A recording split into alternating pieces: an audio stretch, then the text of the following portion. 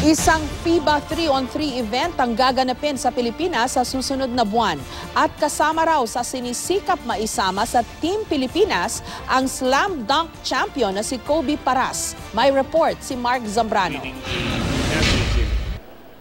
Naniniwala ang PBA cager na si Terence Romeo na malaki ang pag-asa ng kanyang kupunan na madepensahan ang pagkakapanalo nila sa Philippine leg ng FIBA 3-on-3 World Tour. Kasama ni Romeo sa team sina KG Canaleta, Ray Guevara at Aldrich Ramos na tumalo sa kupunan ng Qatar noong 2014 para mag-qualify sa final leg sa Japan.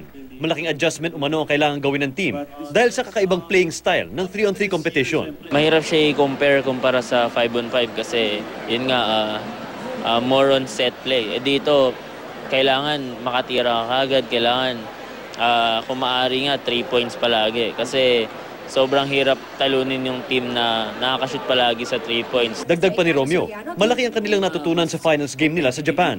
Yung defense namin sa malalaki na pumoposte, yun yung kailangan naming ma-emphasize. Sa ngayon ay pinag-uusapan pa ng Samahang Basketball ng Pilipinas ang maaring pagdagdag ng players para palakasin ang team. At kasama sa sinisikap nilang maisama sa team ang standout ng Under-18 division na si Kobe Paras. I was about to talk to Coach Eric na yung second team natin, 3 PBA at si Kobe. No, pag-uusapan sana namin. Only for me nga to find out baka hindi pwede yung bata dahil nga may gustong training camp na ano. So, yung sinabi ko sa inyo kanina, kakausapin ko si Benji, titignan ko kung may solusyon pa. Masusubukan din ang lakas ng Team Philippines kontra sa mga bigating teams ng Qatar, Serbia, New Zealand at Japan. Mark Zambrano, GMA News.